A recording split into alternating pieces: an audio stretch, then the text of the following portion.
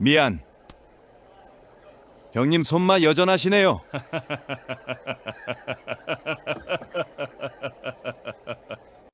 야, 태식아, 여기 아직 끈적거리잖아. 제대로 좀 닦아. 아직도 안 끝났어? 빨리 좀 해. 그래, 계속 닦아. 우리가 마시는 동안. 강남 한복판이었습니다. 겨울비가 내리는 11월의 금요일 저녁이었습니다. 서울에서도 손꼽히는 고급 일식당 6칸 다이닝의 3층은 그날 밤 유독 조용했습니다. 예약 없이는 들어올 수 없는 곳이었고 오늘 3층 전체를 빌린 손님들은 VIP 사무실 안에 모두 모여 있었습니다. 복도에는 낮고 은은한 조명만 켜져 있었습니다. 다다미 향이 희미하게 흘렀고 창밖에서는 가로등 불빛이 빗물에 녹아 흘러내리고 있었습니다. 오후 9시 37분이었습니다. 복도 끝 엘리베이터에서 검은 코트를 입은 여성이 걸어 나왔습니다. 강미래, 화현그룹 부회장. 오늘 그녀는 이 건물 4층에서 2조 1천억 원 규모의 동남아 물류허브 개발 계획에 최종 서명을 마쳤습니다. 거래처 임원들과 저녁을 마친 것이 9시 30분이었고 주차장으로 가는 길에 화장실에 들르려고 3층으로 내려온 것이었습니다. 하이힐 소리가 복도에 또각또각 울렸습니다. 그런데 VIP 사무실 앞을 지나칠 때였습니다. 문이 반쯤 열려 있었습니다. 그 틈 사이로 목소리가 새어나왔습니다. 야, 태식아. 여기 아직 끈적거리잖아. 제대로 좀 닦아. 강미래의 발이 멈췄습니다. 태식, 문태식, 시아버지의 이름이었습니다. 그녀는 천천히 문틈 쪽으로 고개를 돌렸습니다. 살짝 열린 문 사이로 방 안이 보였습니다. 그 순간 그녀의 심장이 쿵 내려앉았습니다. 방 안에 있었습니다. 흰 머리가 성성한 노인이 테이블 아래로 몸을 구부리고 두 손으로 바닥을 닦고 있었습니다. 정장을 입고 있었는데 그 정장이 지금 엎드린 자세 때문에 등 쪽에서 구겨져 있었습니다. 손에는 접어든 흰 손수건이 쥐어져 있었고 손이 눈에 띄게 떨리고 있었습니다. 강미래는 숨을 참았습니다. 시아버지였습니다. 틀림없었습니다. 저 뒷모습, 저 흰 머리, 저 구부정한 어깨. 아이고, 70 넘어서 그런지 동작이 느리네. 빨리빨리. 테이블에 앉아있던 남자 한 명이 발로 노인의 엉덩이를 툭툭 쳤습니다. 장난이라고 하기엔 너무나 의도적인 발길질이었습니다. 미안해, 치수야. 금방 할게. 노인이 작게 거의 들릴 듯 말 듯한 목소리로 대답했습니다. 강미래는 그 이름을 뇌에 새겼습니다. 박치수. 간신히 닦기를 마친 노인이 일어서려는 순간 맞은편에 앉아있던 덩치 큰 남자가 빈 술잔을 가 쪽으로 밀었습니다. 다 닦았으면 이제 따라. 그게 여기 있는 이유잖아, 태식아. 노인이 떨리는 손으로 소주병을 집어들었습니다. 따르는데 손이 너무 떨렸습니다. 투명한 소주가 잔을 넘쳐 테이블 위로 흘러내렸습니다. 이 새끼가 또 흘려. 50년 동안 술 따랐으면 이제 좀 늘도 한데. 박치수라고 불린 남자가 소리쳤습니다. 정말 미안해. 요즘 손이 자꾸 떨려서. 노인이 냅킨을 들어 급히 닦으려 했습니다. 그 순간이었습니다. 날카로운 소리와 함께 박치수의 손바닥이 노인의 오른쪽 뺨을 후려쳤습니다. 둔탁하고 명확한 타격이었습니다. 노인의 머리가 옆으로 꺾였고 뺨에는 즉시 5손가락 자국이 붉게 떠올랐습니다. 안경이 바닥으로 떨어져 딸칵 소리를 냈습니다. 미안. 노인이 바닥에서 안경을 주우려 몸을 숙였습니다. 항의하지 않았습니다. 이것이 당연한 것처럼, 매번 있는 일처럼, 그냥 받아들이는 모습이었습니다. 형님, 손맛 여전하시네요. 다른 남자가 박수를 치듯 손을 맞췄습니다. 태식이 뺨이 원래 잘 올려. 대학 때부터 또 다른 남자가 양주잔을 돌리며 웃었습니다. 네 명이 모두 웃고 있었습니다. 강미래는 문틈에서 그 모든 것을 보았습니다. 그녀의 얼굴은 창백하게 질려 있었습니다. 평소 어떤 협상 테이블에서도 흔들리지 않던 그 눈빛이 지금 이 순간만큼은 떨리고 있었습니다. 온몸의 피가 거꾸로 솟구치는 것 같았습니다. 강미래는 천천히 핸드백에서 스마트폰을 꺼냈습니다. 손이 미세하게 떨렸지만 손가락은 정확하게 녹화 버튼을 눌렀습니다. 문틈 사이로 렌즈를 향하게 하고 영상 기록을 시작했습니다. 시아버지가 술을 따르는 장면, 남자들이 비웃는 장면, 방 안가득 울리는 비웃음. 4분 51초짜리 영상이 만들어졌습니다. 그리고 그 직후 그녀가 한 일은 문을 열고 들어가는 것이었습니다. 문이 벽에 부딪히며 요란한 소리를 냈습니다. 방 안 모든 사람이 고개를 돌렸습니다. 강미래는 대답하지 않았습니다. 곧장 시아버지 옆으로 걸어가 그의 뺨을 보았습니다. 선명한 손자국, 72세 노인의 뺨에 찍힌 폭력의 흔적이었습니다. 지금 뭐 하시는 겁니까? 그녀가 박치수를 향해 말했습니다.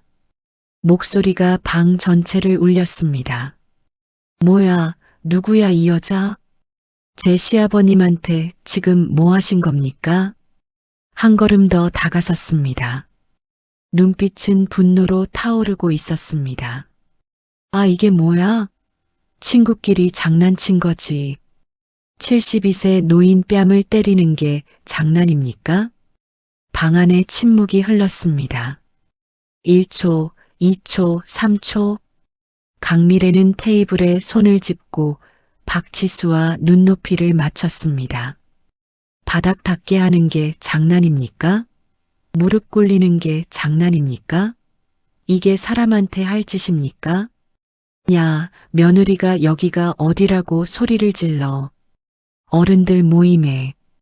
박치수가 오히려 목소리를 높였습니다. 우리가 50년 친구야. 친구끼리 그럴 수도 있는 거지. 50년 동안 이렇게 괴롭히신 겁니까? 괴롭혀. 이 여자가 지금 말을 함부로 하네. 강미래는 심호흡을 했습니다. 그리고 천천히 네 사람을 한 명씩 바라봤습니다. 얼굴을 정확하게 기억했습니다. 이름을 귀에 새겼습니다. 박치수, 하성준, 임다로, 신복래. 이름을 정확하게 불렀습니다. 이름이 왜 궁금하세요? 기억해야 하니까요. 그 한마디 안에 모든 것이 담겨 있었습니다. 복수의 선전포고였습니다. 강미래는 시아버지의 팔을 잡고 돌아섰습니다. 아버님 가세요. 문을 나서기 직전 그녀가 마지막으로 한마디를 남겼습니다. 다시는 제 시아버님께 연락하지 마세요. 그게 여러분을 위한 겁니다. 문이 닫혔습니다.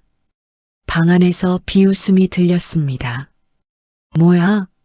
저 여자 며느리 주제에 입으로만 떠드는 거지. 다음 주에도 태식이 부르면 오겠지. 그들은 계속 술을 마셨습니다. 전혀 위기감을 느끼지 못했습니다. 방금 그 며느리가 누구인지, 무엇을 할 수 있는 사람인지 그들은 전혀 알지 못했습니다. 차 안에서 두 사람은 한참 동안 아무 말도 하지 않았습니다. 기사가 운전대를 잡았고 뒷좌석에는 강미래와 문태식이 나란히 앉아 있었습니다. 빗소리만 유리창을 두드렸습니다. 문태식은 창밖만 바라보고 있었습니다. 뺨의 손자국은 아직 붉었습니다. 강미래는 시아버지의 그 옆모습을 바라보다가 핸드폰을 꺼내 비서실장 윤서연에게 전화를 걸었습니다. 서연 실장, 아직 퇴근 안 했어요? 내일 아침 8시 50분에 사무실로 와요. 긴급 건이에요. 안건은요? 네 사람에 대한 완벽한 신원조사. 내일 아침에 설명할게요. 지금부터 준비 시작해요. 전화가 끊겼습니다. 강미래는 핸드폰을 내려놓고 눈을 감았습니다. 떨리던 손이 조금씩 진정되고 있었습니다. 계획을 세우기 시작하면 마음이 차가워졌습니다. 그것이 그녀의 방식이었습니다. 미래야. 문태식이 조심스럽게 입을 열었습니다. 그는 며느리를 늘 이름으로 불렀습니다. 그게 더 편했기 때문이었습니다. 아버님이 왜 미안해하세요? 내가 그런 걸 봐서. 아버님, 저한테 말씀해 주세요. 언제부터예요? 문태식은 고개를 떨궜습니다. 그리고 천천히, 아주 천천히 이야기를 시작했습니다. 1973년 봄이었습니다. 경상남도 통영의 작은 포구 마을에서 19살 청년 문태식은 낡은 보따리 하나를 들고 기차를 탔습니다. 서울행이었습니다. 전액 장학금을 받고 서울의 국립대학에 입학했다는 통지서를 받은 날, 아버지는 새벽 고깃배를 나가면서 아들의 머리를 한번 쓰다듬었습니다. 말은 없었지만 그 손바닥 무게에 모든 것이 담겨 있었습니다. 서울에 와서 열심히 해라. 집은 걱정 말고. 문태식은 다짐했습니다. 공부 열심히 해서 아버지처럼 매일 새벽 바다에 나가지 않아도 사는 사람이 되겠다고. 경영학과 1학년. 그는 학교 기숙사에 짐을 풀었습니다. 기숙사 방에는 이미 3명이 있었습니다. 박치수, 하성준, 임다로였습니다. 셋 다 서울 강남과 강북의 부유한 집안 자제들이었습니다. 박치수는 성북동 출신이었고 하성준은 압구정, 임다로는 명동에서 백화점을 운영하는 집 아들이었습니다. 그들은 문태식을 처음 봤을 때 코웃음 쳤습니다. 어디서 왔어? 경남 통영에서 왔습니다. 어촌 촌놈이네. 장학생이래요. 전액 장학금 받았습니다. 푸아. 가난뱅이 장학생이래. 그날부터 문태식의 지옥이 시작됐습니다. 그들은 문태식을 셔틀이라고 불렀습니다. 야, 셔틀 라면 끓여와. 셔틀 내 빨래 해놔. 셔틀 담배 사와. 문태식은 거절하지 못했습니다. 거절하면 주먹이 날아왔고 이불이 찢겼으며 과제 노트가 변기에 던져졌습니다. 장학생이 생활비가 없다는 사실을 그들은 완벽하게 이용했습니다. 학교를 그만두면 아버지의 기대가 무너진다는 것도, 문태식이 유일하게 위안을 삼았던 것은 하나였습니다. 공부였습니다. 그들이 놀고 있을 새벽에 그는 도서관 구석에 앉아 교재를 펼쳤습니다. 처음에는 괴로웠습니다. 뺨이 아파서 집중이 안 됐습니다. 손마디가 부어서 펜을 잡기 힘들었습니다. 그러나 그는 놓지 않았습니다.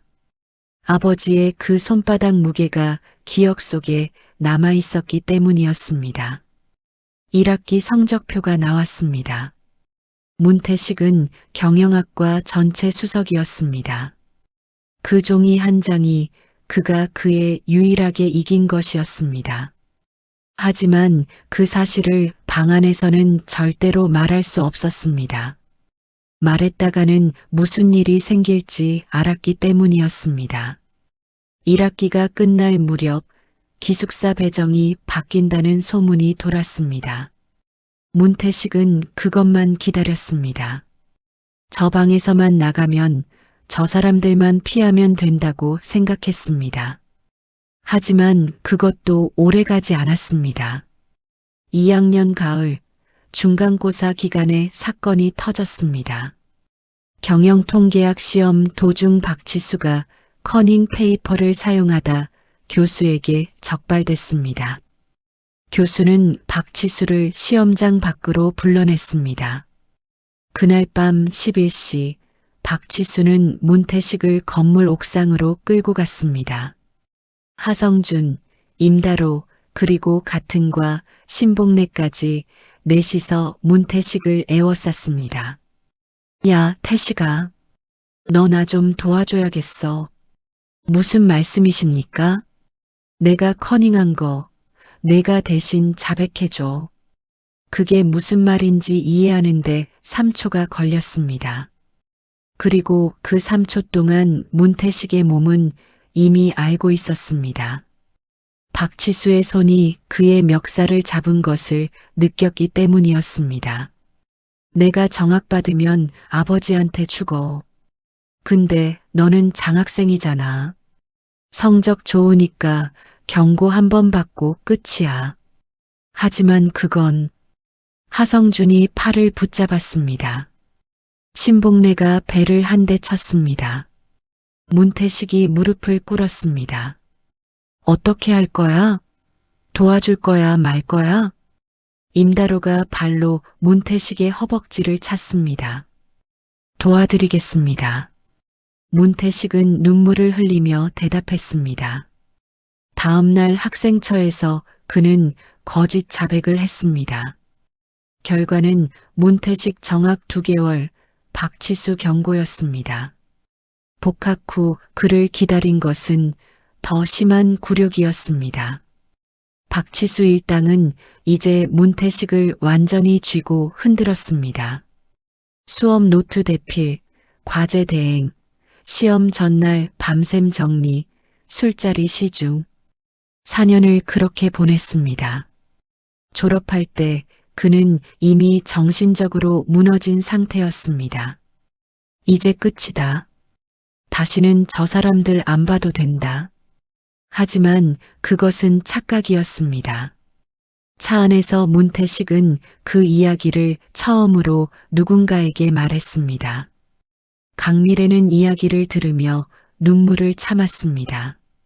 차창 밖으로 빗속에 서울이 흘러갔습니다. 아버님, 이제 걱정 안 하셔도 돼요.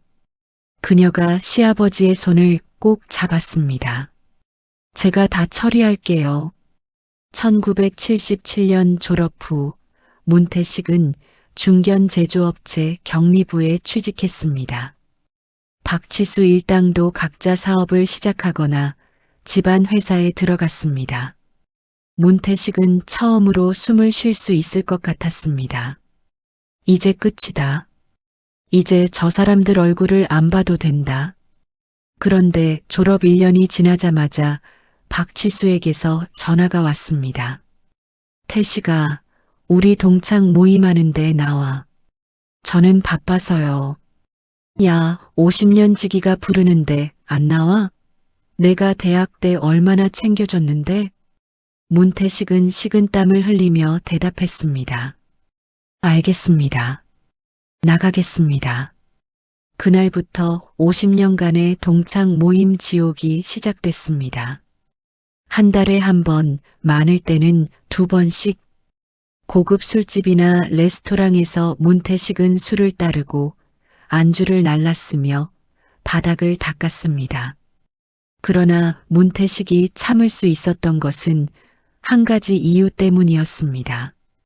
두려움이었습니다. 대학 때 그들이 무엇을 할 수 있는지 그는 몸으로 알고 있었습니다. 회사로 찾아와 상사들 앞에서 창피를 줄 수도 있었습니다. 거절의 대가를 그는 너무나 잘 알고 있었습니다. 1983년 결혼을 했습니다. 아내는 착하고 조용한 여성이었습니다.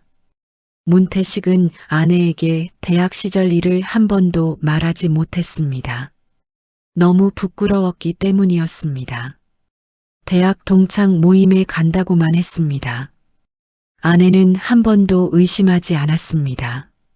남편이 그렇게 오래, 그렇게 깊이 상처를 품고 있을 거라고 생각하지 못했습니다.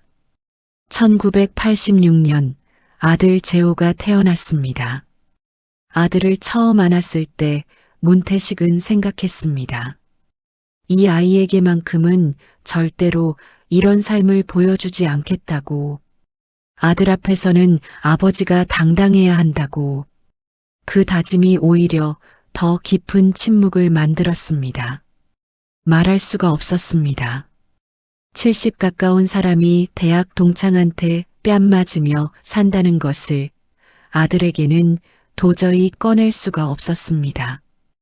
2000년대에 들어서면서 박치수 일당은 각자 중소기업 사장이 됐습니다. 그래도 달라진 것은 없었습니다. 오히려 더 당당하게 굴었습니다. 야, 태식아. 우리가 이렇게 잘된 것도 다 대학 때 내가 도와준 덕분이야.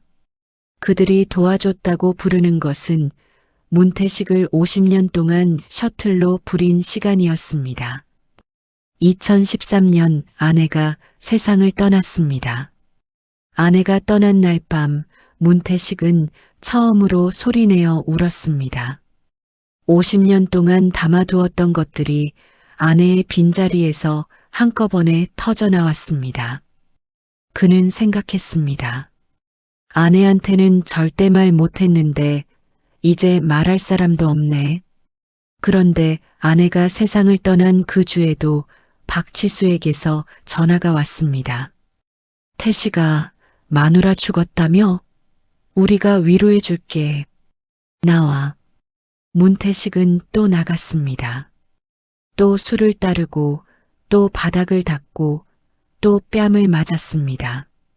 돌아오면서 그는 혼자 생각했습니다. 이제 정말 말할 사람이 없구나. 2021년 아들 재호가 결혼했습니다.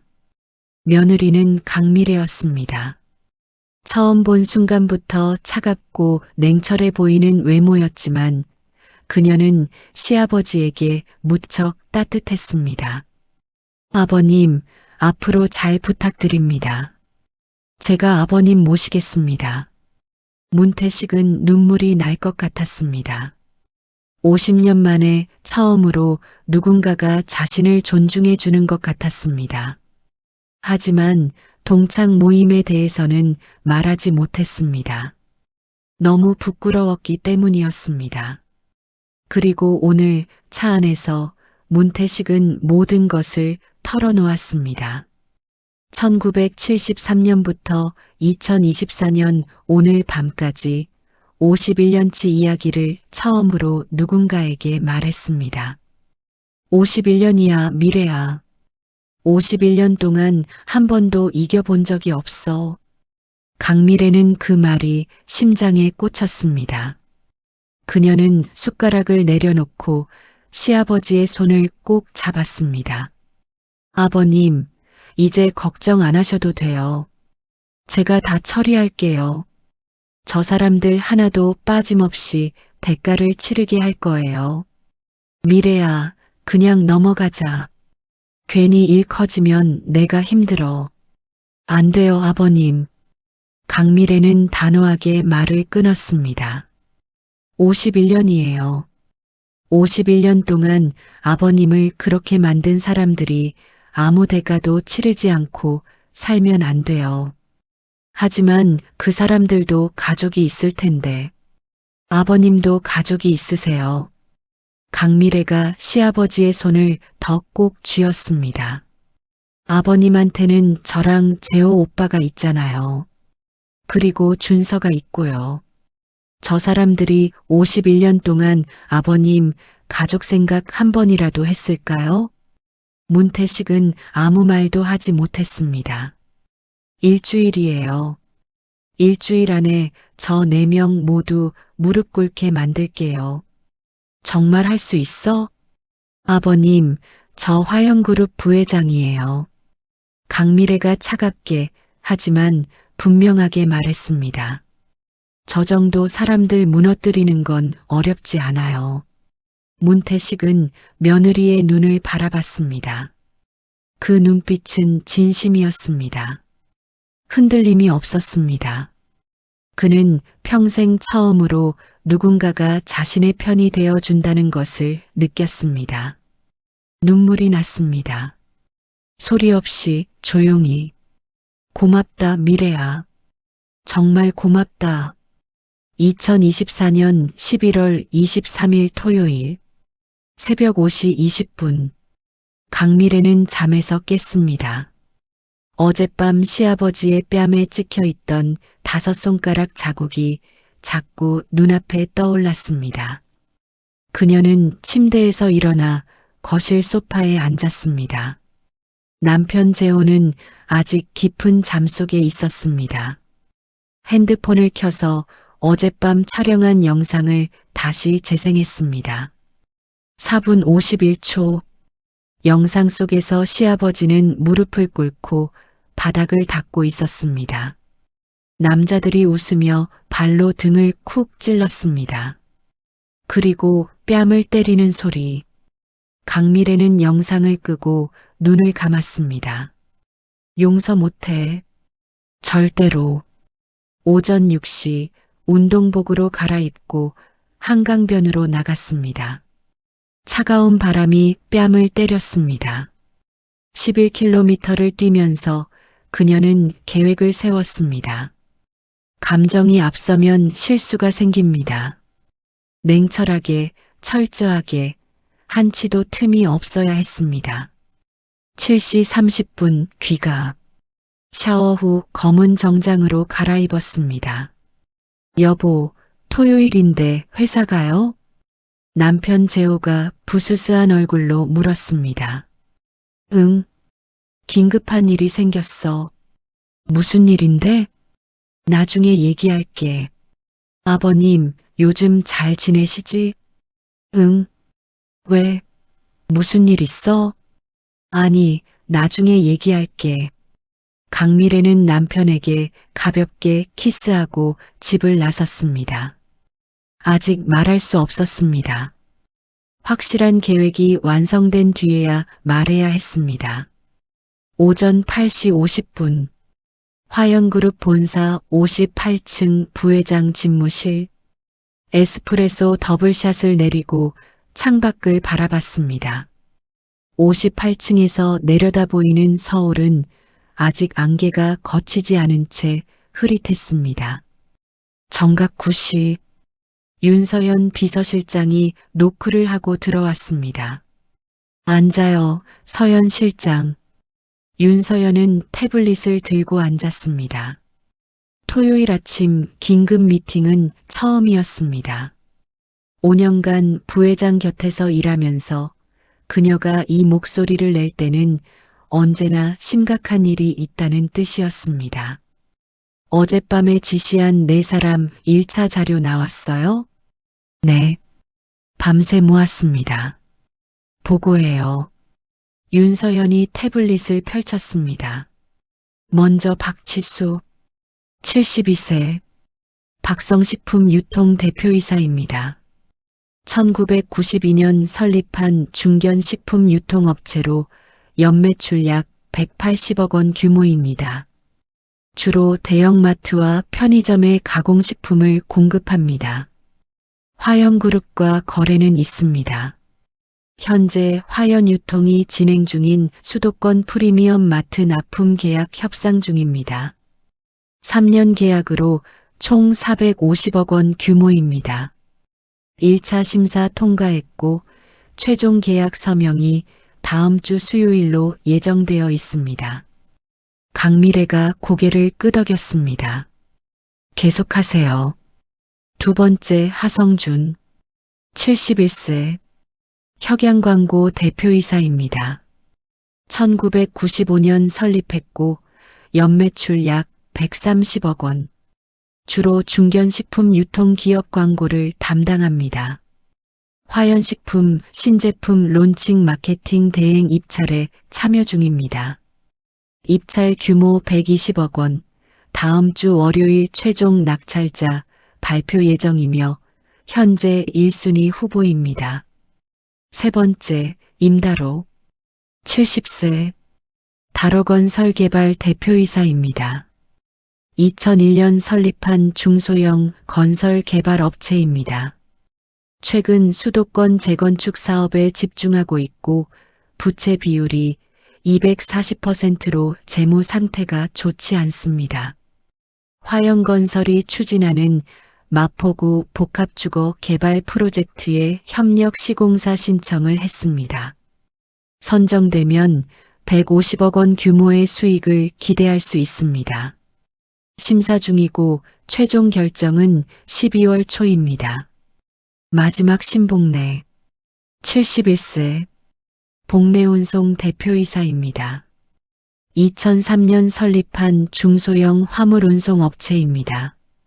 연매출 약 90억 원이고 화연물류 소속 현장 자재 운송 단기 계약 입찰에 참여했습니다. 계약 규모는 2년간 70억 원이고 다음 주 목요일 낙찰자 발표입니다.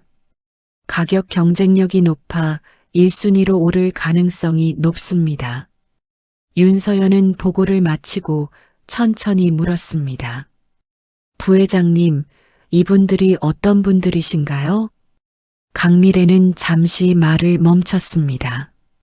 그리고 핸드폰을 꺼내 영상을 재생해 보여줬습니다. 윤서연은 4분 51초 동안 영상을 봤습니다. 보는 내내 얼굴이 굳어갔습니다. 이건 폭행이지 않습니까? 제 시아버님을 51년 동안 괴롭힌 사람들입니다. 윤서연은 말을 잃었습니다. 서연 실장, 지금부터 제가 지시하는 대로만 움직여요. 이 일은 절대 비밀입니다. 회장님도 다른 임원들도 모르게 오직 나하고 실장님만 아는 겁니다. 알겠습니다. 강미래가 자리에서 일어나 창가로 걸어갔습니다.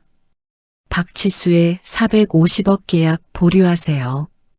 최종 서명 직전에 추가 원산지 검증 필요라는 이유로 보류 통보. 기간은 무기한이에요. 하성준의 120억 입찰 탈락시키세요. 입찰 자격 요건을 변경합니다. 최근 3년 내 대기업 브랜드 단독 대행 실적 3건 이상으로 기준을 올려요. 월요일 발표 때 탈락 통보. 임다로의 협력 시공사 신청. 재무 건전성 미달로 부결하세요. 부채 비율 240%면 우리 내부 기준 150% 이하에 안 들어옵니다. 신봉래의 운송계약 입찰, 기업윤리평가 항목을 신설하세요. 내부 심사 기준 미달로 처리해요. 윤서연은 천천히 숨을 내쉬었습니다. 부회장님, 이렇게 하시면 내 회사 모두 당장 매출이 막히는 겁니다. 그게 시작이에요.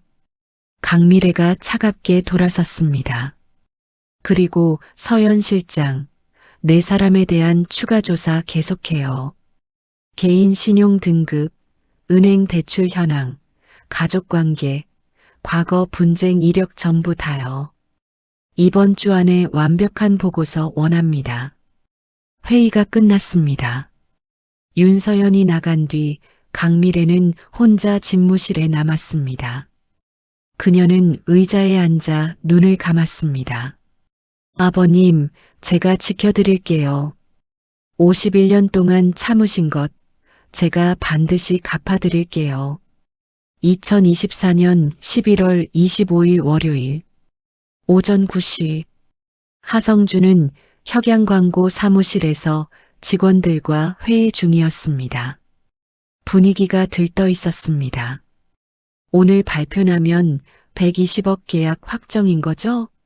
우리가 1순위라고 했잖아요. 그래. 오늘 오전에 연락 올 거야. 하성준은 자신있게 말했습니다. 화연식품 마케팅 대행은 3년공을 들인 건이었습니다. 담당자와도 좋은 관계를 유지하고 있었고 입찰 심사에서도 압도적인 점수를 받았다는 말을 들었습니다. 오전 10시 15분 화연식품 구매팀에서 이메일이 왔습니다. 하성준은 기대감을 안고 이메일을 열었습니다. 그리고 화면을 보는 순간 얼굴이 굳었습니다. 입찰 탈락 통보. 귀사는 이번 화연식품 신제품 론칭 마케팅 대행 입찰에서 탈락하셨습니다. 사유 입찰 자격 요건 미달. 최근 3년 내 대기업 브랜드 단독 대행 실적 3건 이상 필요. 하성준은 의자에서 벌떡 일어났습니다. 처음 공고 낼 때 이런 기준 없었잖아. 언제 바뀐 거야? 담당자에게 전화를 걸었지만 돌아온 것은 같은 대답이었습니다. 본사 지시로 강화됐습니다. 결정된 사항이라 번복이 어렵습니다. 120억이 한 통의 이메일로 날아간 것이었습니다. 같은 날 오전 11시 40분 박치수에게 전화가 왔습니다. 화연유통 구매팀장이었습니다. 박 대표님, 이번 주 수요일 최종 계약 서명은 보류됩니다. 뭐라고요? 1차 심사 다 통과하고 서명만 남았잖아요. 본사 지시로 추가 원산지 검증이 필요하다고 합니다. 납품 예정 품목 전체에 대해서요. 기간은 얼마나 걸리는 겁니까? 기간은 미정입니다. 추후 연락드리겠습니다. 기간은 미정. 그 말이 머릿속을 맴돌았습니다. 450억, 3년 계약. 그 돈으로 공장을 증설하고 은행 대출을 갚으려고 했습니다. 같은 날 오후 3시 30분 임다로에게 전화가 왔습니다. 이번 마포구 복합주거 개발 프로젝트는 귀사와 진행하기 어려울 것 같습니다. 왜요? 갑자기 왜요? 재무 건전성 심사에서 탈락하셨습니다. 부채 비율 기준 미달입니다. 처음 신청받을 때는 그런 기준이 없었잖아요. 2달 동안 준비한 건데 결정된 사항입니다. 죄송합니다. 임다로는 전화를 끊고 의자에 주저앉았습니다. 150억? 그 돈으로 회사 숨통을 틀 수 있었습니다. 2024년 11월 28일 목요일 신봉래는 복내운송 사무실에서 낙찰 발표를 기다리고 있었습니다. 가격이 워낙 경쟁력이 있어 직원들도 모두 확실하다고 했습니다. 오전 11시 이메일이 왔습니다. 낙찰 탈락 통보. 사유 기업 윤리평가 기준 미달. 신봉래는 이메일을 3번 읽었습니다. 기업 윤리평가. 그게 뭔지 몰랐습니다. 담당자에게 전화를 걸었습니다. 기업 윤리평가에서 탈락이라는데 구체적으로 뭐가 문제입니까? 내부 심사 기준상 말씀드리기 어렵습니다. 죄송합니다. 뚝. 신봉래는 사무실 의자에 앉아 천장을 올려다봤습니다. 70억이 날아갔습니다. 그날 저녁 8시 강남의 한 선술집에 4명이 모였습니다. 박치수, 하성준, 임다로, 신봉래. 모두 얼굴이 굳어 있었습니다. 나만 그런 거 아니지? 나도 120억 입찰 탈락. 나도 협력 시공사 부결. 나도 운송 계약 탈락. 넷은 서로를 바라봤습니다. 그리고 동시에 같은 생각에 닿았습니다. 이거 우연이 아니잖아. 전부 화연그룹이야. 같은 주에 우리 냈다. 박치수가 입술을 깨물었습니다. 혹시? 이문혁이 핸드폰을 꺼내 검색했습니다. 강밀의 화연그룹. 검색 결과가 뜨는 순간 그의 얼굴이 하얗게 질렸습니다. 야, 이거 봐. 화면에는 기사가 떠 있었습니다. 화연그룹 강밀의 부회장, 동남아 물류허브 개발 2조 1천억 계약 체결. 기사 속 사진에는 검은 정장을 입은 여성이 계약서에 서명하는 모습이 담겨 있었습니다. 부회장, 부회장이라고 임다로가 떨리는 목소리로 말했습니다. 우리가 건드린 게 화영그룹 부회장 시아버지였어. 넷은 동시에 침을 꿀꺽 삼켰습니다. 화영그룹, 국내 8대 재벌, 자산 규모 60조 원. 그리고 부회장은 그 그룹에서도 최상위 임원이었습니다. 우리 끝났어. 신복래가 소주잔을 내려놓았습니다. 그 한마디가 선술집 안에 무겁게 가라앉았습니다.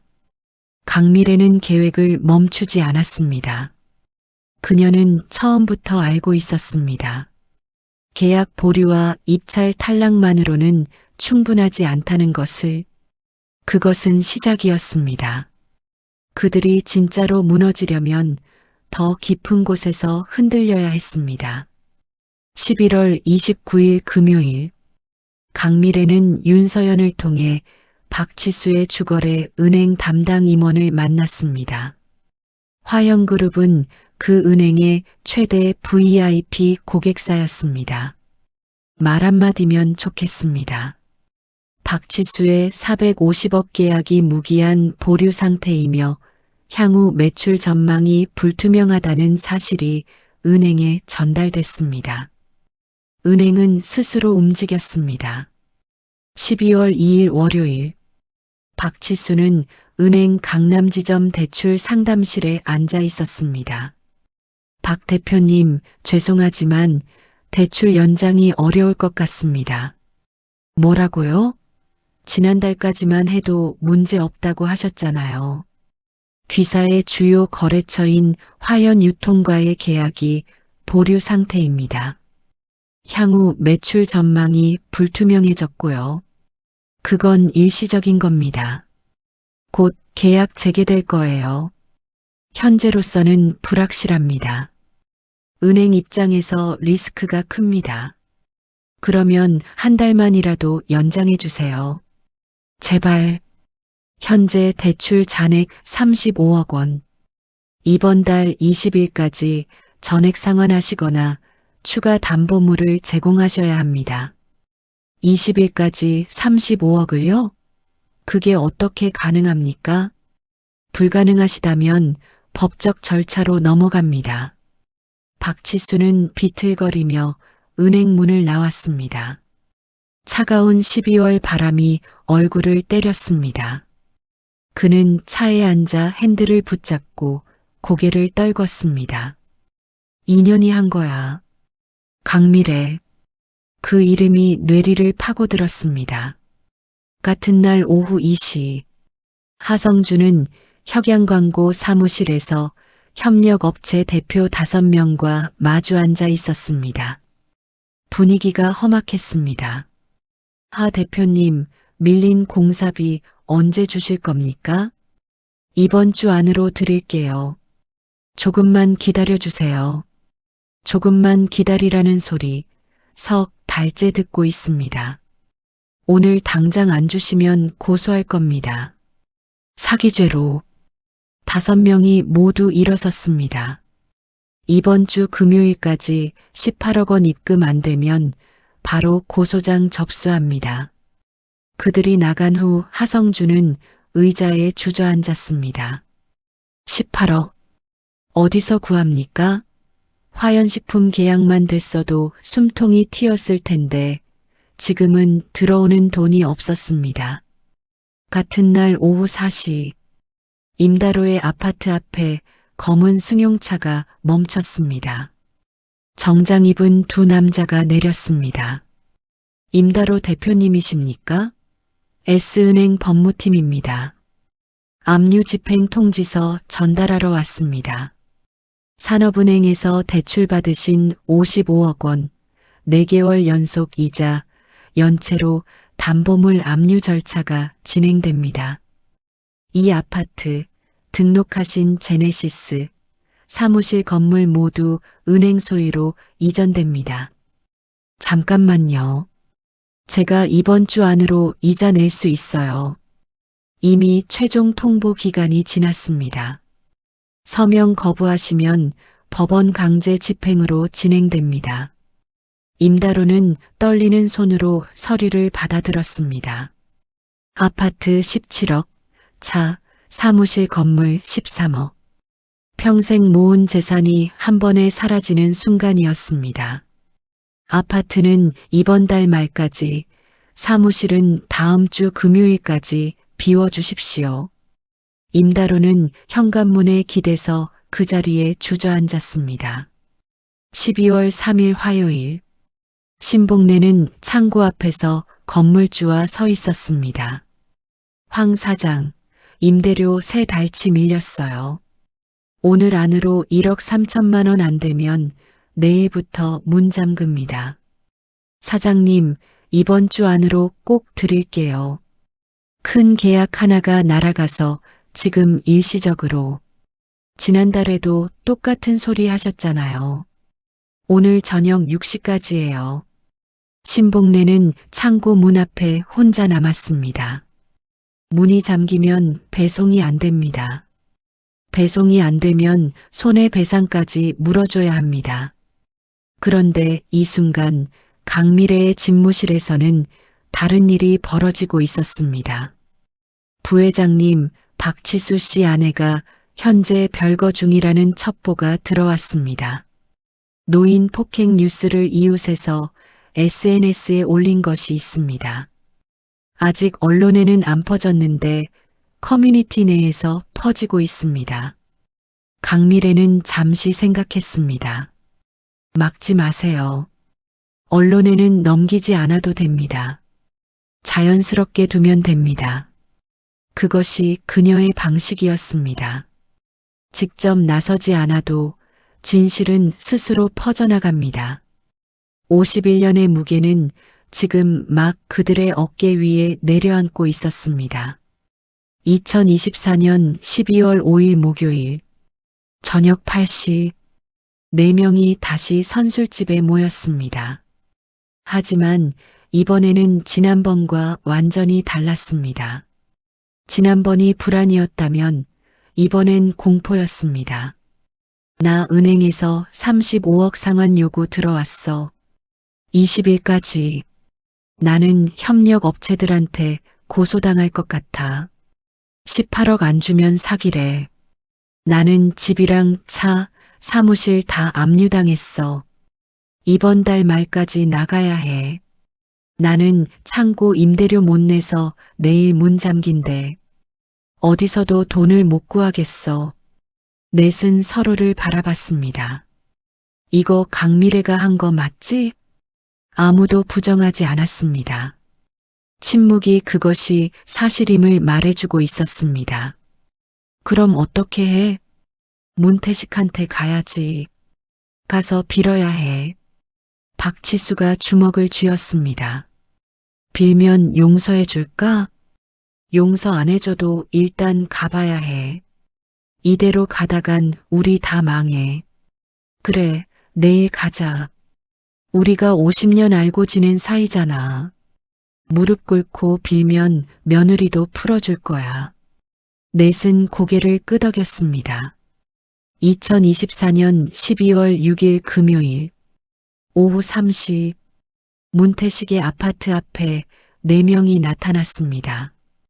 박치수, 하성준, 임다로, 신복래. 모두 초라한 모습이었습니다. 박치수는 면도를 못해 수염이 지저분했고 하성준은 머리가 헝클어진 채 파카만 걸쳤습니다. 임다로는 평소에 즐겨 입던 명품 코트가 아니라 낡은 패딩을 입고 있었고 신복래는 눈 밑 다크서클이 검었습니다. 엘리베이터를 타고 12층으로 올라갔습니다. 복도를 걷는 발소리가 무거웠습니다. 변제국이 떨리는 손으로 초인종을 눌렀습니다. 딩동. 10초 후 문이 열렸습니다. 문태식이 나타났습니다. 그는 네 사람을 보는 순간 얼굴이 굳었습니다. 너희들 왜 여기 와? 태식아, 얘기 좀 하자. 할 얘기 없어. 돌아가. 문태식이 문을 닫으려 했습니다. 박치수가 문틈을 잡았습니다. 제발 5분만 얘기하자. 손 치워. 태식아, 며느리가 우리를 망하게 만들고 있어. 내가 뭐라고 한 거야? 나는 아무 말도 안 했어. 미래가 알아서 한 거야. 알아서? 우리가 다 죽게 생겼는데 알아서라고? 하성준이 목소리를 높였습니다. 그건 너희가 51년 동안 나한테 한 짓 때문이야. 문태식도 목소리를 높였습니다. 평소와는 달랐습니다. 뭔가 달라진 것이 있었습니다. 뺨 때리고 바닥 닦게 하고 술 심부름 시킨 것. 기억이나 해? 그건 우리가 미쳤었어. 정말 미안해. 임다로가 무릎을 꿇었습니다. 태식아, 제발 며느리한테 좀 말해줘. 그만하라고. 우리 정말 반성하고 있어. 늦었어.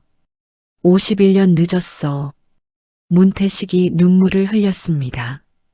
51년 동안 나는 너희 때문에 지옥 같은 삶을 살았어. 이제 그 대가를 치르는 거야. 제발, 제발. 신복래도 바닥에 엎드렸습니다. 박치수와 하성준도 따라서 무릎을 꿇었습니다. 네 명이 복도 바닥에 엎드렸습니다. 태식아, 우리 죽을 것 같아. 제발 살려줘. 그때였습니다. 복도 끝에서 엘리베이터 소리가 들렸습니다. 문이 열리고 구두 소리가 울렸습니다. 또각, 또각, 또각. 차갑고 또렷한 하이힐 소리. 지금 뭐 하시는 겁니까? 네 명이 고개를 들었습니다. 강미래가 서 있었습니다. 검은 코트를 입고 핸드백을 든 채 복도 끝에서 똑바로 걸어오고 있었습니다. 강 부회장님. 박치수가 떨리는 목소리로 말했습니다. 강미래는 대답하지 않았습니다. 곧장 시아버지 옆으로 와서 섰습니다. 그리고 바닥에 엎드린 네 명을 내려다봤습니다.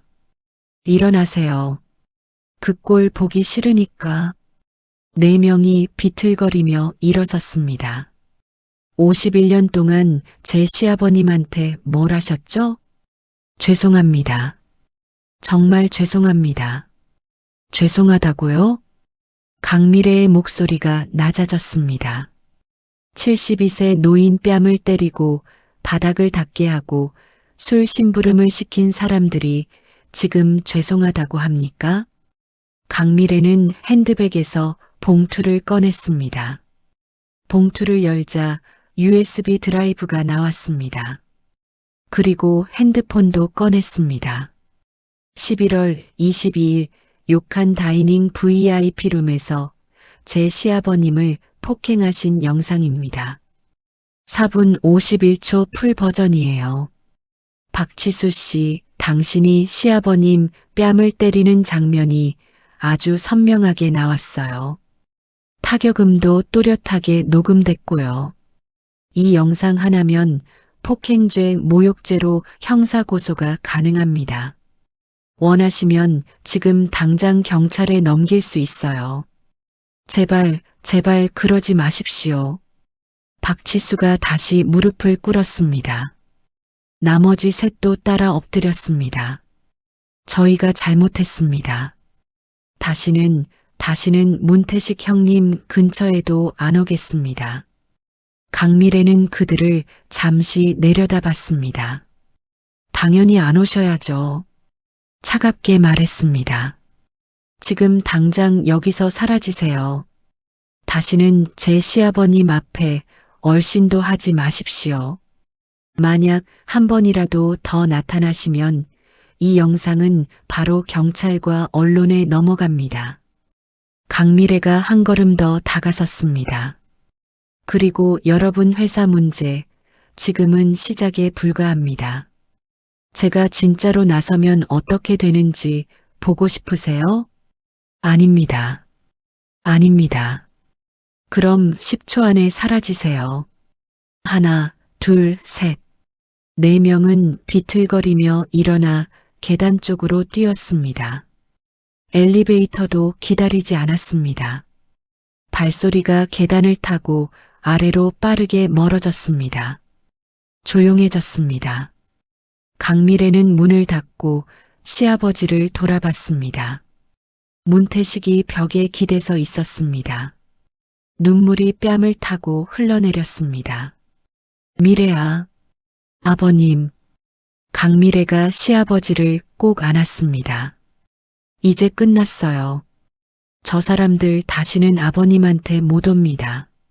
문태식은 며느리의 등을 붙잡았습니다. 손이 떨렸습니다. 하지만 이것은 두려움 때문이 아니었습니다. 51년 만에 처음으로 실감하는 해방감 때문이었습니다. 정말 끝난 거지? 네. 아버님, 이제 진짜 끝났어요. 강미래는 멈추지 않았습니다. 그러나 그녀는 속으로 다짐했습니다. 아직 안 끝났어. 진짜는 지금부터야. 박치수는 박성식품 유통 사무실에 혼자 앉아 있었습니다. 직원 12명 중 8명이 이미 퇴사했습니다. 급여가 2달째 밀렸기 때문이었습니다. 책상 위에는 독촉장이 쌓여 있었습니다. 은행, 협력업체, 세무서 모두 돈을 내라는 내용이었습니다. 35억을 어떻게 구해? 핸드폰이 울렸습니다. 아내였습니다. 여보, 당신한테 할 말이 있어. 아내의 목소리가 차갑게 식어 있었습니다. 뭔데? 이혼하고 싶어? 박치수는 말문이 막혔습니다. 갑자기 무슨 소리야? 갑자기 당신이 70살 노인 뺨 때린 게 이웃 SNS에 다 나왔어. 우리 딸이 학교에서 얼마나 창피당했는지 알아? 친구 엄마들이 다 알더라고. 그건 오래전 일이고 11월 22일이잖아. 한 달도 안 됐어. 아내가 소리쳤습니다. 그리고 알고 보니 그게 50년 동안 계속한 거잖아. 당신 그런 사람이었어? 나한테는 한 번도 말 안 하고. 여보, 들어봐. 사정이 있었어. 재산 분할 필요 없어. 어차피 빚만 남았으니까. 나는 딸 데리고 친정 갈 거야. 변호사가 이번 주 서류 보낼 거야. 다시는 연락하지 마. 뚝. 전화가 끊겼습니다. 박치수는 핸드폰을 책상 위에 내려놓았습니다. 바닥을 내려다봤습니다. 20년을 같이 산 아내가 떠난다고 했습니다. 그는 서랍을 열어 소주병을 꺼냈습니다. 아침 11시였지만 상관없었습니다.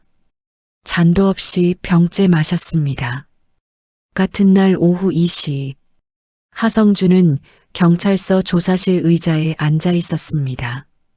이성준 씨 협력업체 5곳에서 사기 혐의로 고소했습니다.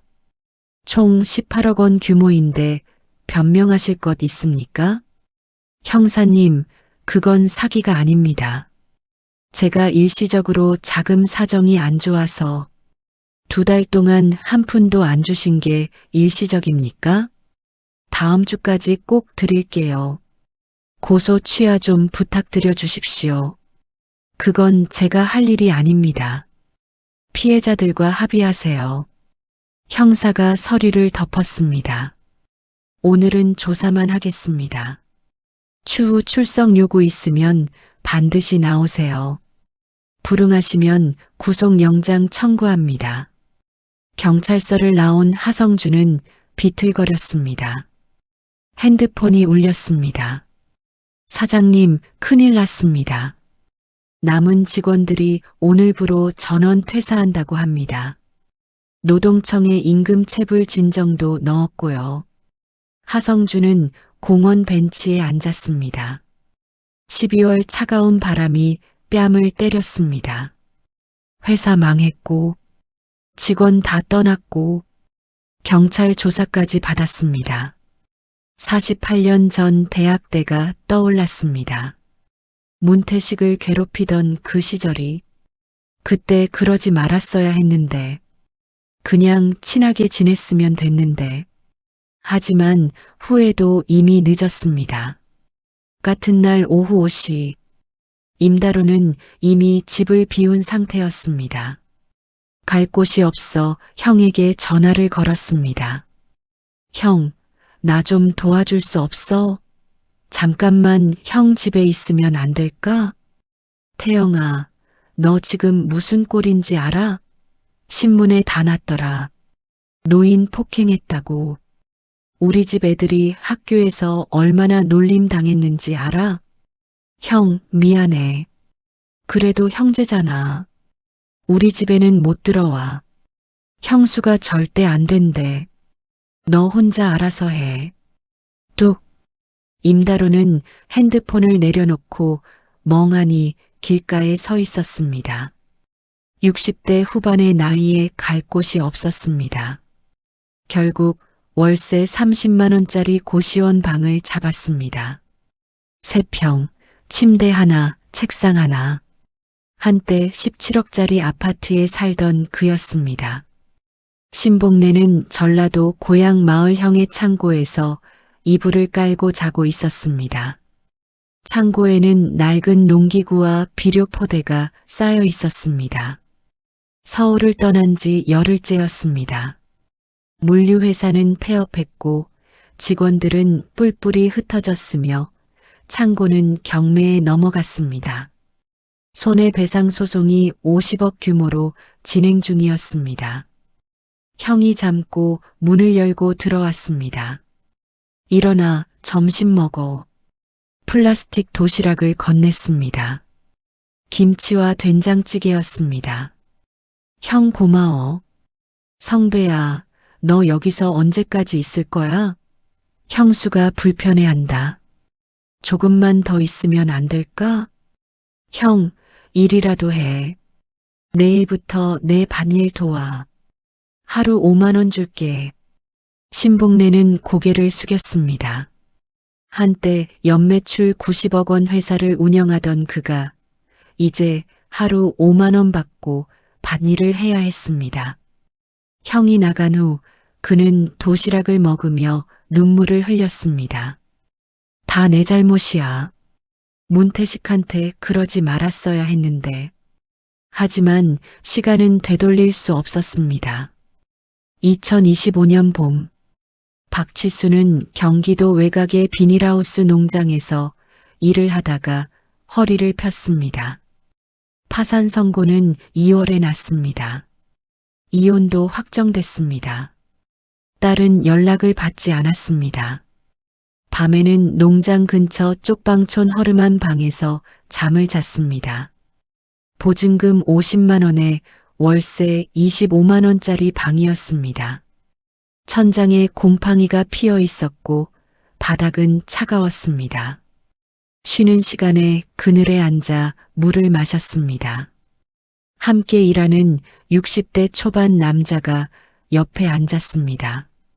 어르신, 전에 서울에서 사업하셨다고요? 뭐 그랬지.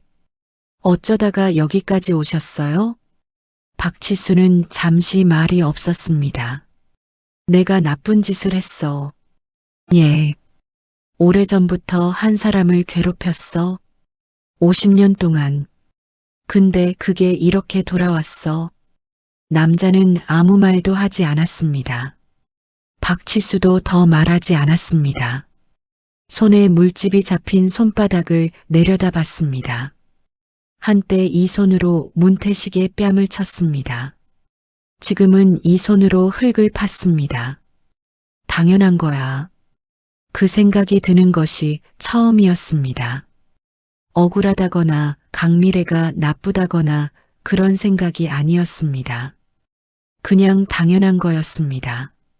박치수는 그 사실을 받아들이는데 반년이 걸렸습니다. 처음 몇 달은 분노였습니다. 저 며느리가 나를 이 꼴로 만들었다는 분노. 그 다음은 억울함이었습니다. 우리가 그냥 친구끼리 하는 농담이었는데 왜 이렇게까지 하냐는 억울함.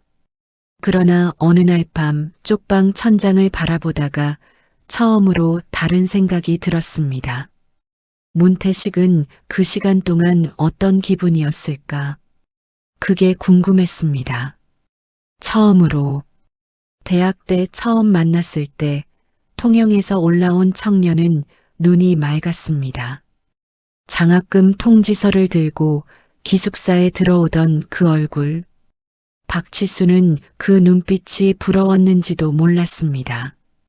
아버지가 일군 돈으로 서울 강남 학교를 다니는 자신과 스스로 공부해서 전액 장학금으로 올라온 그 청년. 어쩌면 그 부러움이 괴롭힘의 시작이었을지도 몰랐습니다.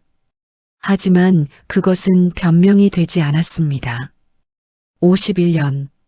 문태식이 51년 동안 참아온 것을 박치수는 반년이 지나서야 겨우 상상할 수 있었습니다. 이문역은 충청도의 작은 도시 철물점에서 점원으로 일하고 있었습니다. 월급 195만 원.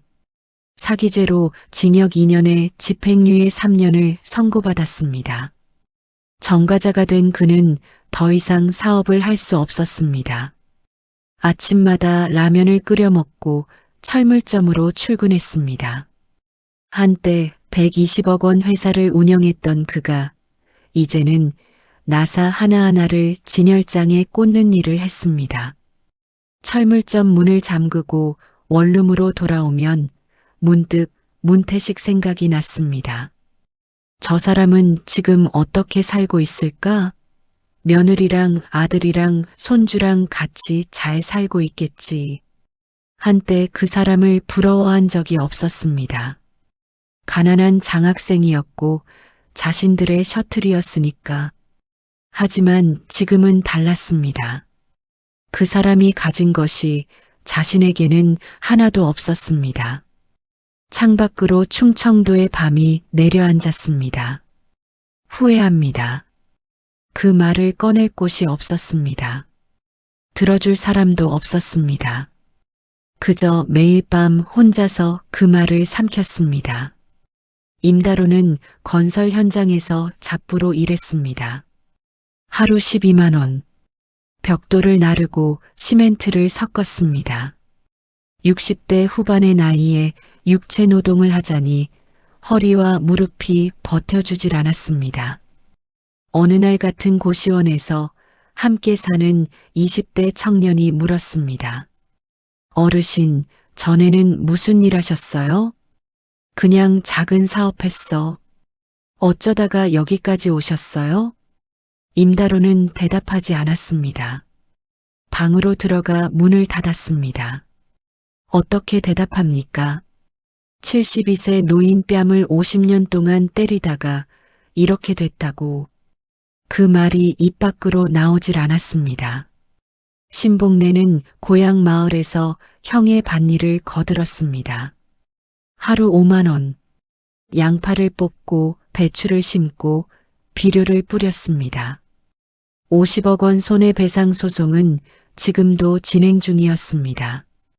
어느 날 저녁 신복래는 창고에 앉아 SNS를 들여다보다가 공통 지인의 게시물을 발견했습니다. 문태식이 손주와 함께 놀이공원에서 찍은 사진이었습니다.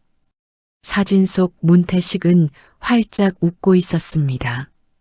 손주를 어깨에 올리고 며느리와 아들이 양옆에서 함께 웃고 있는 사진이었습니다. 신복래는 핸드폰을 내려놓았습니다. 저 사람은 저렇게 행복하게 살고 우리는 이 꼴이야. 눈물이 났습니다. 하지만 그 눈물이 억울함인지 후회인지는 스스로도 알 수 없었습니다. 그날 밤 고향 형네 창고에서 신복래는 오래전 기억을 떠올렸습니다. 대학 2학년 옥상에서 문태식을 애워쌌던 그 밤. 그때 자신은 왜 그랬을까? 형들이 시키니까? 어울리고 싶어서? 겁이 나서? 이유가 무엇이었는지 이제 와서는 기억조차 잘 나지 않았습니다. 하지만 그 선택이 지금 여기까지 이어졌습니다. 창고 벽에 기대서 신복래는 눈을 감았습니다. 미안하다, 태식이. 그 말은 아무도 없는 창고 안에서 소리도 없이 입안에서만 움직였습니다. 2024년 12월 15일 일요일 오후 3시 강미래는 화영그룹 집무실에서 윤서연의 최종 보고를 받고 있었습니다. 부회장님, 4명 모두 완전히 무너졌습니다. 윤서연이 태블릿을 보며 말했습니다. 박치수는 파산 직전이고 아내가 이혼 소송 제기했습니다. 은행 35억 상환 못해 파산 신청 예정이에요. 하성주는 사기 혐의로 경찰 조사 중이고 회사 문 닫았습니다. 임다로는 재산 전부 압류당해 고시원에서 생활 중입니다. 신복래는 서울 떠나서 고향 창고에서 지내고 있습니다. 소송 진행 중이고요. 강미래는 고개를 끄덕였습니다. 이 정도면 됐어요. 윤서연이 조심스럽게 물었습니다. 더 밀어붙일까요? 형사 고소까지 하면. 아니요. 강미래가 고개를 저었습니다. 복수의 목적은 상대를 완전히 죽이는 게 아닙니다. 그들이 자신의 죄를 깨닫고 평생 후회하며 살게 만드는 거예요. 지금 저 4명은 회사, 돈, 가족, 명예를 다 잃었습니다. 이제 평생 시아버님을 괴롭힌 걸 후회하며 살 거예요. 그걸로 충분해요. 알겠습니다, 부회장님. 그리고 서연 실장, 이 일은 여기서 끝입니다. 추가 조치 없어요. 강미래는 창가로 걸어갔습니다. 밖에 12월의 서울이 차갑게 빛나고 있었습니다. 그런데 그 순간 강미래의 마음 한쪽에서 조용한 목소리가 들렸습니다. 아직 안 끝났어.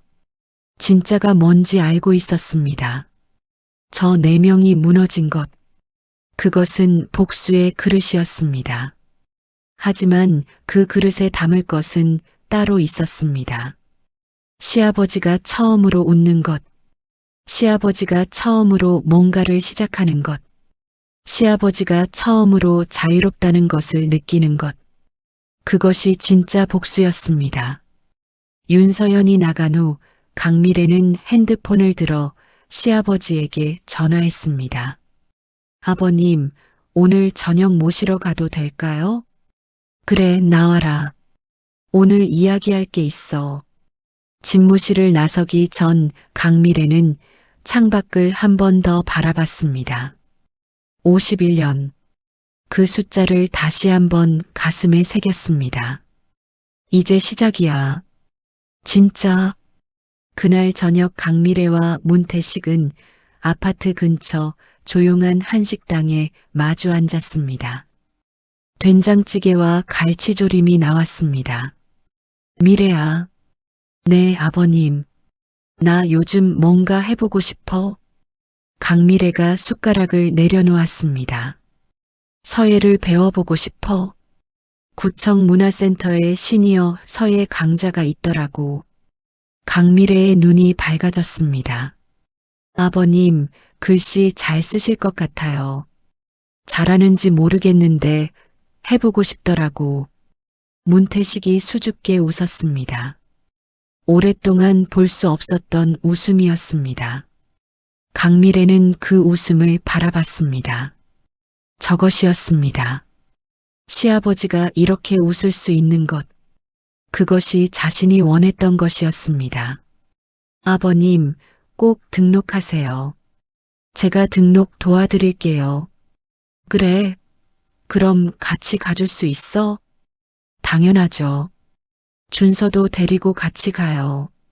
문태식은 된장찌개를 한 숟가락 떴습니다. 손이 여전히 조금 떨렸습니다. 하지만 예전과는 달랐습니다. 두려움 때문이 아니었습니다. 그냥 나이 때문이었습니다. 2025년 1월 15일 수요일 오후 2시 문태식은 거실에서 손주 준서와 레고를 쌓고 있었습니다. 준서가 막 완성한 성 모양 레고를 들어 올렸습니다. 할아버지, 여기 봐요. 내가 만들었어요. 오, 잘했네.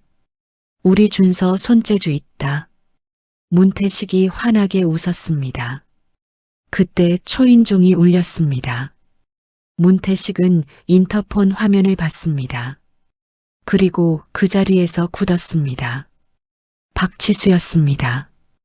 혼자였습니다. 문태식은 심호흡을 했습니다. 준서야, 할아버지 잠깐 문 좀 열어봐야 해. 방에서 놀고 있어. 네, 할아버지. 준서가 방으로 들어갔습니다. 문태식은 천천히 현관문을 열었습니다.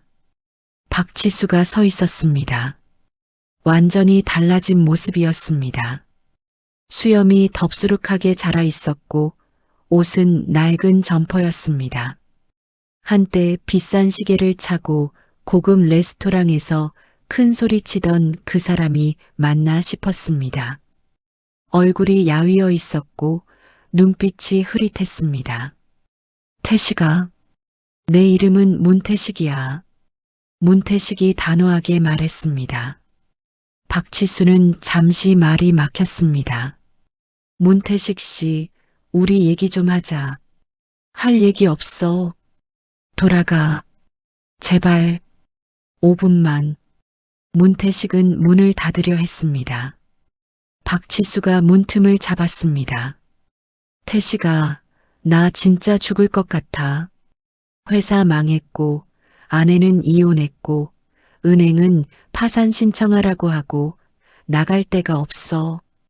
문태식은 고개를 저었습니다. 늦었어, 치수야. 51년 늦었어. 그 순간 박치수의 목소리가 갑자기 달라졌습니다. 낮아지고 날카로워졌습니다. 태식아, 너 이러면 안 돼. 우리가 대학 때부터 알고 지낸 사이잖아. 내가 커닝 사건 때 너 대신 책임졌잖아. 문태식의 눈썹이 올라갔습니다.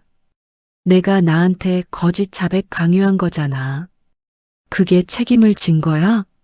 아무튼 우리가 51년 알고 지낸 사이인데 이렇게 매정하게 굴면 안 되지. 며느리한테 당장 전화해. 안 그러면 박치수가 한 발 더 다가섰습니다. 안 그러면 뭐? 차가운 목소리가 뒤에서 들렸습니다. 박치수가 돌아봤습니다. 강미래가 복도에 서 있었습니다. 오늘은 시아버지를 들러보러 오는 날이었습니다. 엘리베이터에서 내리는 순간 박치수를 받고 두 사람의 대화를 들으며 천천히 걸어온 것이었습니다. 강 부회장님. 박치수가 뒤로 물러섰습니다. 지금 제 시아버님한테 협박하시는 겁니까? 강미래가 핸드백에서 핸드폰을 꺼냈습니다. 지금 당장 경찰 부를까요? 아니면 영상을 언론에 넘길까요? 아닙니다. 아닙니다. 제가 잘못했습니다. 박치수는 바닥에 엎드렸습니다. 이마를 찌우며 빌었습니다. 제발 용서해 주십시오. 강미래는 그를 잠시 내려다봤습니다.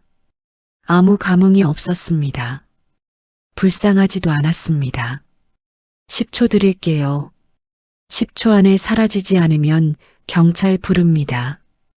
이번엔 진짜 형사 고소 들어갑니다. 하나. 박치수가 비틀거리며 일어났습니다. 둘, 셋. 박치수가 계단 쪽으로 뛰었습니다. 엘리베이터도 기다리지 않고 계단문을 밀어 열고 뛰어내려갔습니다. 발소리가 아래로 빠르게 사라졌습니다. 복도가 조용해졌습니다. 강미래가 시아버지에게 다가갔습니다. 문태식은 문틀을 잡고 서 있었습니다. 손이 조금 떨렸습니다. 아버님, 괜찮으세요? 응, 괜찮아. 문태식이 천천히 고개를 끄덕였습니다. 미래야, 이제 이 사람들 진짜 안 오는 거지? 네.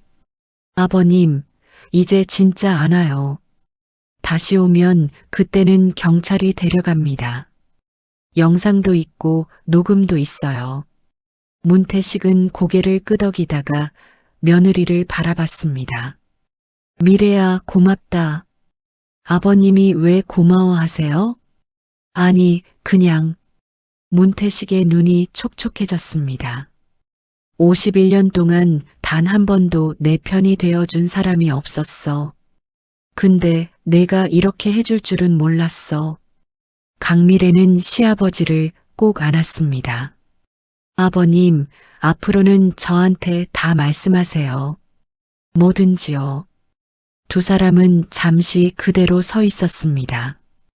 복도에는 겨울 햇살이 창문을 통해 비스듬히 들어오고 있었습니다. 51년의 어둠이 끝나가고 있었습니다. 2025년 4월, 벚꽃이 피었습니다. 문태식은 구청 문화센터서의 교실에서 붓을 들고 있었습니다. 15명쯤 되는 수강생 중 그는 유일하게 남자였고 나이도 가장 많았습니다. 강사가 칠판에 써 보였습니다. 평화. 오늘은 평화를 써보겠습니다. 힘을 빼고 천천히. 문태식은 붓을 먹물에 담갔다가 천천히 종이 위에 내렸습니다. 화. 두 글자를 쓰는데 1분이 넘게 걸렸습니다. 손이 아직 조금 떨렸지만 예전보다는 나아졌습니다. 강사가 다가와 들여다봤습니다. 한 선생님, 잘 쓰셨어요. 회계에 힘이 있네요. 그런가요?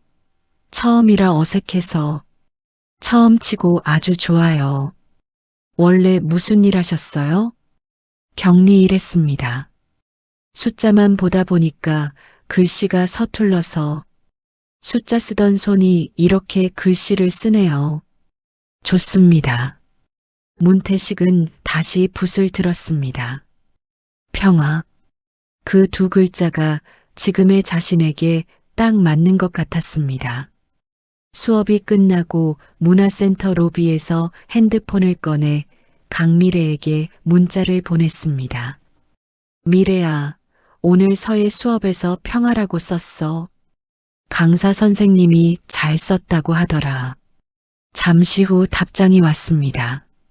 아버님 잘하셨다. 다음 주에 보여주세요. 저도 보고 싶어요.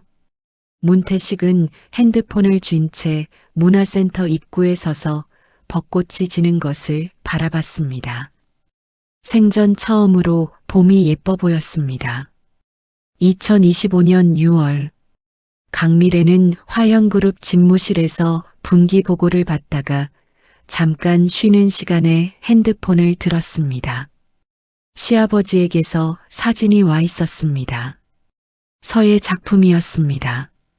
크고 힘찬 붓글씨로 쓴 두 글자, 자유. 아래에 짧은 문자가 붙어 있었습니다. 오늘 전시회 출품작 완성했어. 이번 가을에 문화센터 전시회가 있는데 내 작품도 걸린대. 강미래는 그 사진을 한참 바라봤습니다. 자유. 시아버지가 51년 만에 처음으로 선택한 단어였습니다. 그녀는 곧바로 답장을 보냈습니다. 아버님, 너무 멋져요. 전시회 꼭 갈게요. 재호 오빠도 준서도 다 같이 갈게요. 몇 초 후 답장이 왔습니다. 정말? 그럼 나 더 열심히 써야겠네.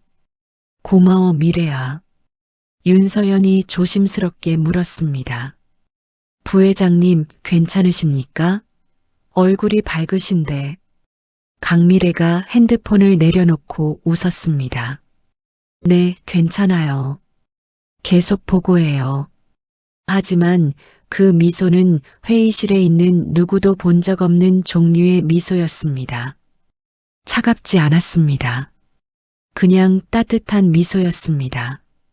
2025년 9월 15일 월요일 오후 5시 강남구청 문화센터 1층 전시실이었습니다.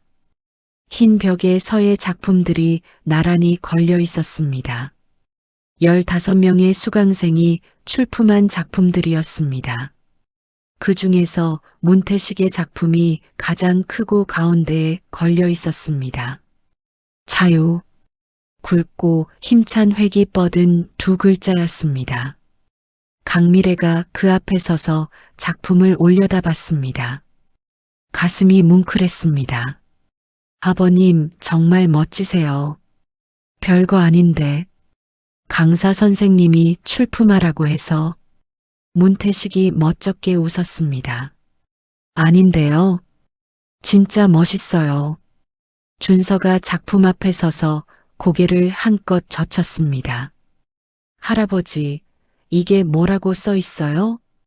자유라고 써 있어. 자유가 뭔지 알아? 자유요. 마음대로 해도 된다는 거야? 응. 마음대로 해도 된다는 거야. 아무도 뭐라고 안 한다는 거야. 할아버지는 자유 좋아요? 응. 할아버지 요즘 자유야. 문태식이 손주의 머리를 쓰다듬었습니다.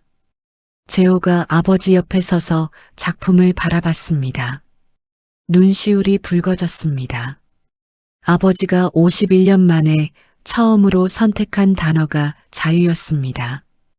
그게 무슨 의미인지 아들은 알았습니다. 전시회가 끝난 후 가족들은 근처 레스토랑에서 저녁을 먹었습니다. 창가 자리였습니다. 바깥으로 가로수길의 가을 풍경이 보였습니다. 단풍이 들기 시작한 나무들이 저녁빛에 물들어 있었습니다. 문태식이 와인잔을 들었습니다. 미래야, 재호야, 준서야. 세 사람이 잔을 들었습니다. 너희가 있어서 나는 51년 만에 처음으로 진짜 행복해. 정말 고맙다.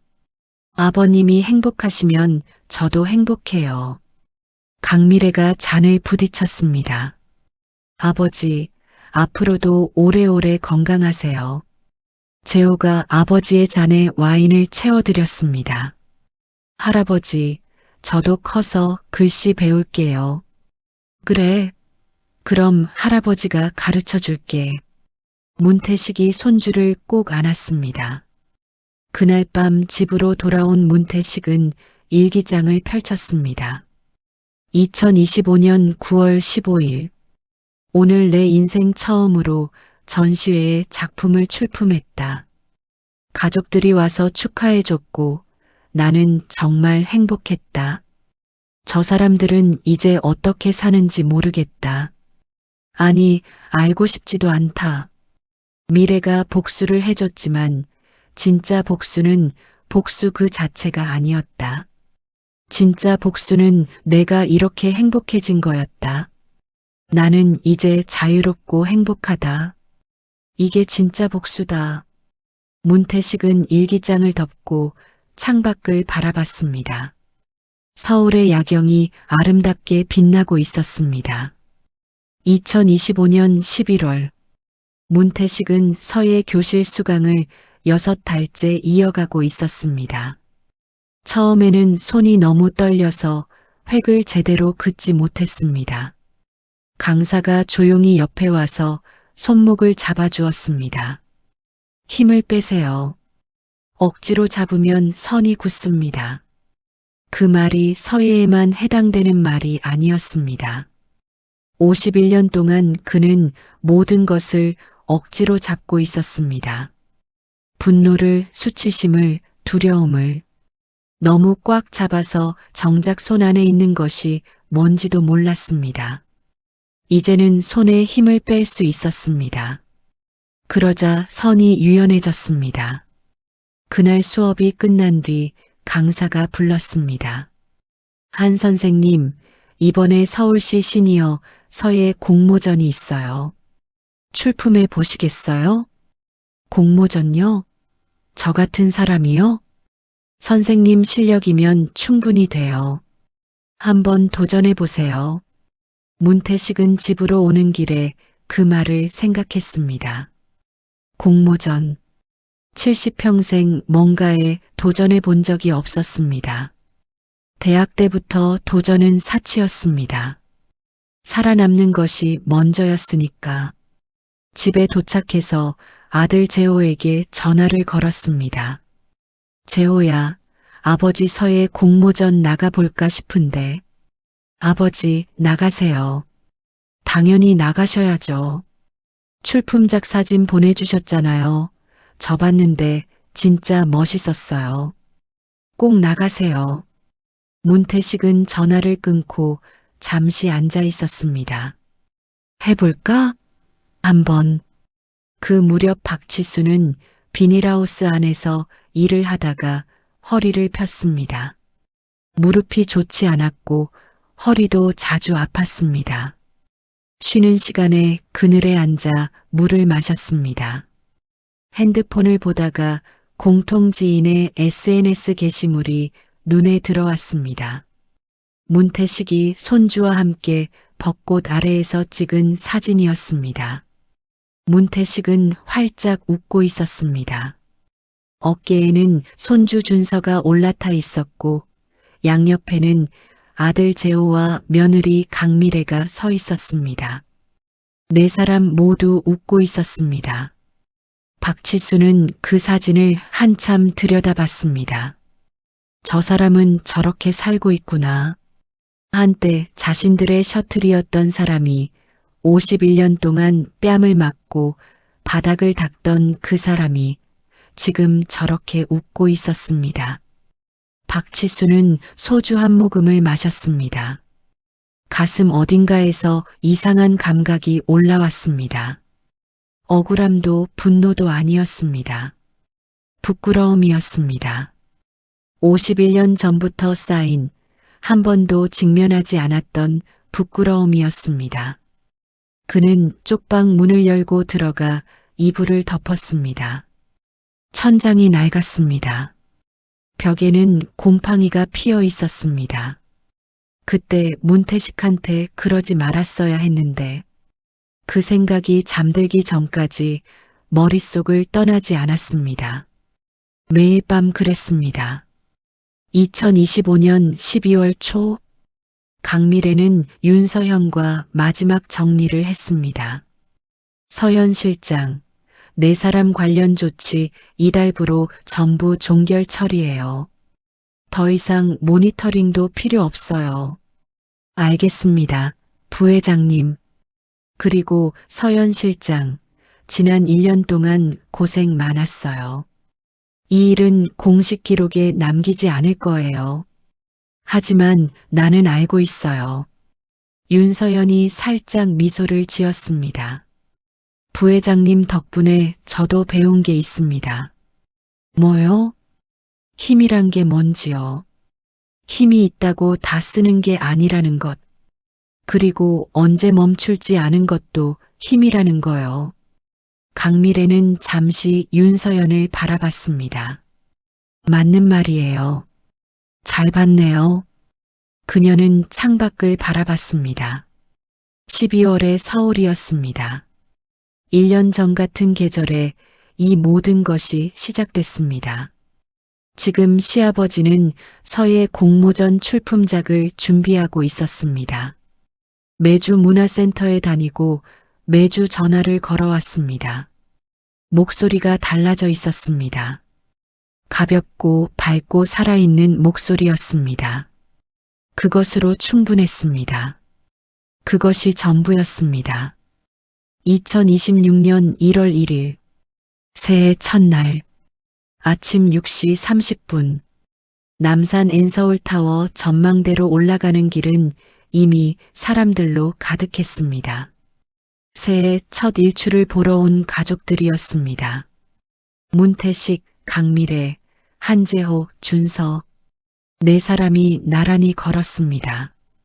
문태식은 두꺼운 패딩을 입고 있었습니다. 강미래가 골라준 것이었습니다. 작년 가을 시아버지가 추위에 약하다는 걸 알고 미리 선물한 것이었습니다. 아버님, 춥지 않으세요? 괜찮아. 이 옷 따뜻하더라. 준서가 문태식 손을 잡았습니다. 작은 손이었습니다. 할아버지, 일출이 몇 시에 떠요? 7시 37분이래. 그때까지 얼마나 기다려요? 1시간 조금 넘게. 그럼 할아버지 손잡고 기다릴게요. 문태식이 웃었습니다. 전망대에 도착했습니다. 사방이 탁 트인 공간에서 서울 전체가 한눈에 내려다 보였습니다. 아직 어두웠지만 도시의 불빛이 가득했습니다. 바람이 차가웠습니다. 하지만 추위보다 설렘이 더 컸습니다. 강미래는 핫초코 4잔을 사왔습니다. 준서가 두 손으로 잔을 받아들고 따뜻하다고 했습니다. 재호가 아버지 옆에 서서 말했습니다. 아버지, 올해 공모전 잘 되실 것 같아요. 글쎄다. 그냥 해보는 거지. 이번에 출품하시는 거 제목이 뭐예요? 문태식이 잠시 생각했습니다. 봄이 왔다야. 봄이 왔다요. 응. 그냥 그게 요즘 내 마음 같아서. 재호는 눈시울을 붉혔습니다. 아버지가 봄이 왔다고 할 수 있는 사람이 됐다는 것. 그 말 한마디에 얼마나 많은 것이 담겨 있는지 아들은 알았습니다. 준서가 갑자기 말했습니다.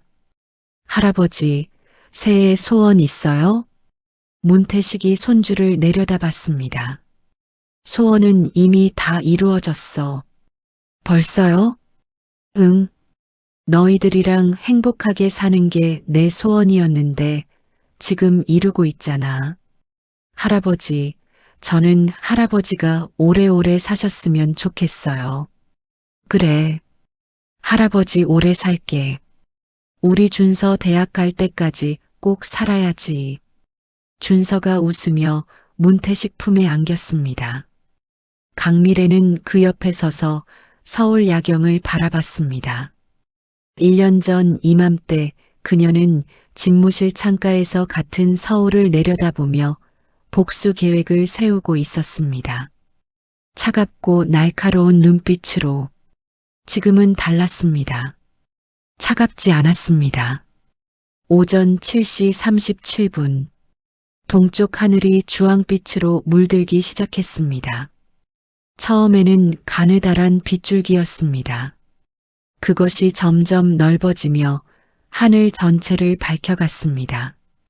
전망대에 있던 사람들이 탄성을 질렀습니다. 누군가는 핸드폰을 들었고 누군가는 그냥 눈으로 담았습니다. 문태식은 아무것도 하지 않았습니다. 그냥 서서 그 빛을 받았습니다. 72년을 살아오면서 일출을 제대로 본 것이 몇 번이나 됐을까? 통영 바다에서 아버지가 새벽배를 타고 나갈 때 본 것이 마지막이었을 겁니다. 그 뒤로는 새벽이 두렵지 않은 날이 거의 없었으니까. 새벽이 오면 또 하루가 시작되고 또 어디선가 전화가 올 수 있었으니까. 하지만 이 새벽은 달랐습니다. 아무도 전화할 사람이 없었습니다. 아무도 그를 불러낼 사람이 없었습니다. 그냥 빛이 왔습니다. 그냥 봄이 왔습니다. 그냥 새해가 왔습니다. 문태식의 눈에서 눈물이 흘렀습니다. 차가운 바람에 눈물이 금방 말랐습니다. 강미래가 옆에서 시아버지의 손을 살짝 잡았습니다. 아버님, 응, 행복하세요? 문태식이 대답했습니다. 응, 행복해. 두 마디였습니다. 하지만 그 두 마디 안에는 51년이 담겨 있었습니다. 51년의 두려움이 끝났고 51년의 수치심이 녹았으며 51년 만에 처음으로 자신의 이름을 부끄럽지 않게 부를 수 있는 사람이 됐다는 것이 가족 4명이 나란히 서서 일출을 바라봤습니다. 준서가 작은 손으로 할아버지 손을 꼭 쥐었습니다. 문태식이 그 손을 꼭 쥐었습니다. 서울 전체가 빛으로 물들었습니다. 저 멀리 어딘가에서 박치수는 비닐하우스 창문으로 여명을 바라봤을 것입니다. 하성주는 원룸 창가에서 혼자 눈을 떴을 것입니다. 임다로는 고시원 좁은 창으로 하늘이 밝아오는 것을 봤을 것입니다. 신복래는 창고 문 사이로 스며드는 빛에 잠이 깼을 것입니다. 넷 모두 같은 새해를 맞이했습니다. 하지만 그 새해는 완전히 달랐습니다. 문태식에게는 봄이었습니다. 그들에게는 아직 겨울이었습니다. 그리고 그것이 진짜 복수였습니다. 가해자를 망하게 하는 것보다 더 통쾌한 복수는 피해자가 행복해지는 것이었습니다. 강미래는 그 빛 속에서 처음으로 완전히 따뜻해진 자신을 느꼈습니다. 복수는 끝났습니다. 그리고 봄이 왔습니다.